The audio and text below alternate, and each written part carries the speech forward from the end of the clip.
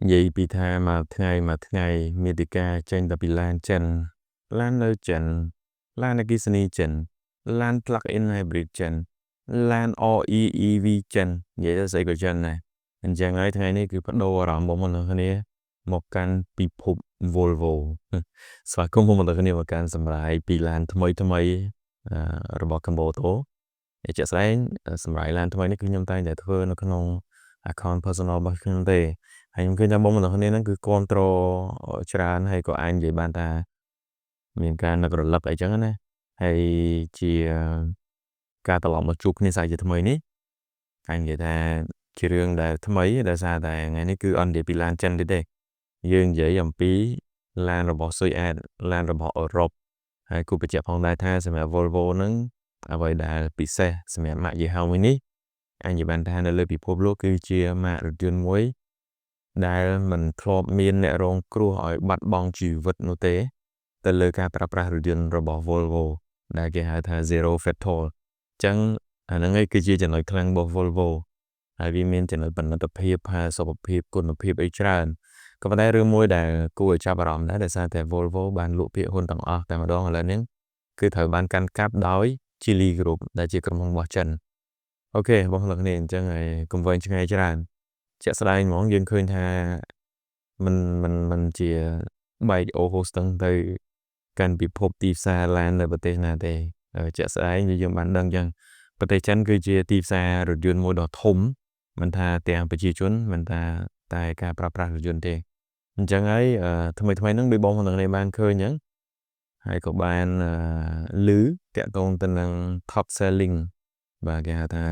កម្ពុជារថយន្តដែលលក់ដាច់បំផុតដែលជារថយន្តលក្ខណៈគ្រួសារណា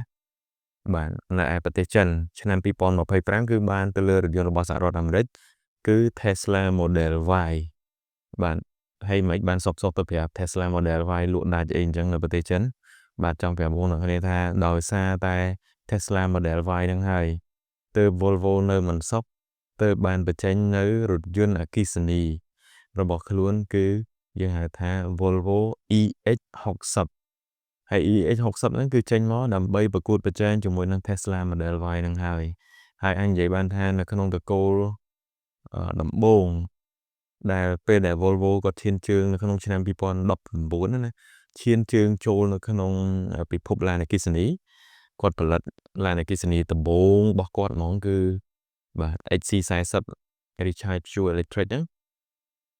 គឺរថយន្ត Volvo EX60 នេះហើយគឺជារថយន្តដំបូងដែលគ្រប់គ្រងនៅការសាកភ្លើងល្បឿនលឿនដែលយើងហៅថាដូចនឹង Tesla ដែលគាត់មាន Supercharger បាទអញ្ចឹងដែលជាចំណុចមួយដែលខ្លាំងដែរដោយសារតែរថយន្តហ្នឹងគឺបានប្រើប្រាស់នៅ platform ដែលអាចគ្រប់គ្រងនៅការសាកភ្លើងល្បឿនលឿនហើយអាចនិយាយបានថា super fast charge របស់ Tesla នៅសហរដ្ឋអាមេរិកទាំងអស់សឹងតែអាចសាក Volvo នេះបានដោយសារតែគេប្រើប្រាស់នៅស្ថាបត្យកម្មគ្រោងឆ្អឹង SPA3 platform ដែលយើងបើស្រួលស្ដាប់ហ្មងគេហៅ800V ដែលវាធន់វាគ្រប់គ្រងលើការសាកភ្លើងល្បឿនលឿនកម្រិតលឿនហើយភាគច្រើននៅលើរថយន្តប្រណិតរថយន្តដែលមាន high tech ដូចជារថយន្ត Avatar រថយន្ត Tesla រថយន្ត Xpeng ជាដើមផងដែរបាទដែលគ្រប់គ្រងទៅលើការសាកភ្លើងនៅកម្រិត super fast charge នេះអូខេអញ្ចឹងយើងត្រឡប់មកកាន់រថយន្តដែលទំតែបង្ហាញជូនសម្រាប់ពិភពលោកគឺតាក់ទងទៅនឹងរថយន្ត Volvo EX60 ដែលទំតែបង្ហាញថ្មីនេះទេមួយទៀតសម្រាប់បងប្អូនទាំងគ្នាដែលប្រើប្រាស់នៅរថយន្តប្រភេទ hybrid plug-in hybrid ជាភាសាអគ្គិសនីណាបងប្អូនដែលកំពុងស្ដាប់ហ្នឹងចង់ប្រាប់បងប្អូនទាំងគ្នាថានៅក្នុងស្រុករបស់យើងមានរោងចក្រផលិតសំបកកង់សាយលុនដែរអញ្ចឹងបើសិនបងប្អូនទាំងគ្នាកុំឲ្យពិបាកមានកង្វល់ច្រើនប្រើ E-Rank គឺត្រូវមួយឡានអគ្គិសនីមកអញ្ចឹងចង់បញ្ជាក់ប្រាប់បងប្អូនទាំងគ្នាថា E-Rank ហ្នឹងឥឡូវកំពុងមានការផ្ដល់ជូនពិសេសពី SL Car Care គឺ promotion 3 ថែម 1ចាប់អារម្មណ៍បងប្អូនទាំងគ្នាអាចតាក់ទងទៅ SL Car Care បានអញ្ចឹងឥឡូវនេះយើងពាណិជ្ជកម្មប៉ុណ្្នឹងហើយឥឡូវយើងចូលមកកាន់រថយន្ត Volvo EX60 របស់យើងវិញហើយគេមានដល់6 variant 6ជម្រើសប៉ុន្តែជម្រើសកំពូលរបស់គេហ្នឹងគឺសាកភ្លើងមកពេញអាចបើកបររយៈចម្ងាយបាន400 ម៉ៃហ្នឹងបើយើងគិតជាគីឡូម៉ែត្រខ្ទង់ប្រហែលជា644គីឡូម៉ែត្រ chẳng hay cô đào cho bạn này cô đào bọc kia nó cứ Tesla Model Y những ngày bạn đại diện rong cha mơ hai bà sân chia art palette nơi chân đế nơi tiếp xa bờ Campuchia bỏ diễn không dừng cầm thảo bạn bra bộ đang hai đồng lại cứ thay vậy bộ mình cái này chưa trở thành chân lòng chân trở lại tới dương cái tới dương là xa chân là ai palette ban lan được còn giờ vừa được Tesla vừa mau bị chân mau bị nó bạn ban trở lại dương xong rung xem là dương ban bra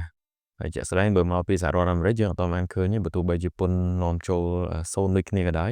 ក៏ប៉ុន្តែយ៉ាងណាមិញសម្រាប់សហរដ្ឋអាមេរិកដូចយើងបានដឹងហ្នឹងគឺថ្លៃដឹកជញ្ជូននឹងថ្លៃជាងហើយប៉ុន្តែសម្រាប់តម្លៃជាក់លាក់ថាយ៉ាងណាយើងមិនទាន់បានដឹងទេអូខេបើនិយាយពីរូបរាងរបស់ Volvo EX60 នេះខ្ញុំមើលទៅខ្ញុំស្រឡាញ់លើ DNA ថ្មីរបស់ Volvo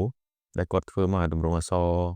អានេះដូចញញូនិយាយទៅអក្សរ T ណាញញូជាគៀងរបស់គាត់ណា DNA ថ្មីរបស់គាត់ហ្នឹងគឺ apply តាំងពី XC40 មករហូតទៅលើ series model របស់គាត់ចេញមកក្រោយគឺមុខអញ្ចឹងហ្មងមានជាគៀង time running line របស់គេហ្នឹងលេងជាទម្រង់ញញូណាហើយជាគៀងអីចឹងទៅហើយបើតាក់ទងទៅនឹងកម្រិតពន្លឺថាភ្លឺមិនភ្លឺណាយើងអត់ដឹងទេតែបើថាបានភ្លឺអីចឹងទៅមិនស្ទើរពលឺឬក៏អីបើសិនមានអ្នកមកគាត់នាំចូលយកមកជីអញ្ចឹងបែរជាអាចទៅតាក់ទង Optimus បានមើលទៅOptimus គាត់មានជំរឿនលើការបំពាក់បន្ថែមកន្លែងដែលបងប្អូនទាំងគ្នាស្ទើរហ្នឹងបែរជាអាចបានច្រើនបាទអញ្ចឹងបើរូបរាងណែនហ្មងនិយាយទៅឲ្យតែ Volvo គឺណែនហ្មងខ្ញុំសរសើរលើការ design របស់គេមិនថាខាងមុខខាងក្រោយឬក៏ចំហៀងទេបាទគេធ្វើមកស្អាតណែនមែនតើហើយចំហៀងនោះដូចចង់ធ្វើ style មករបៀប sport beige ដូច EX60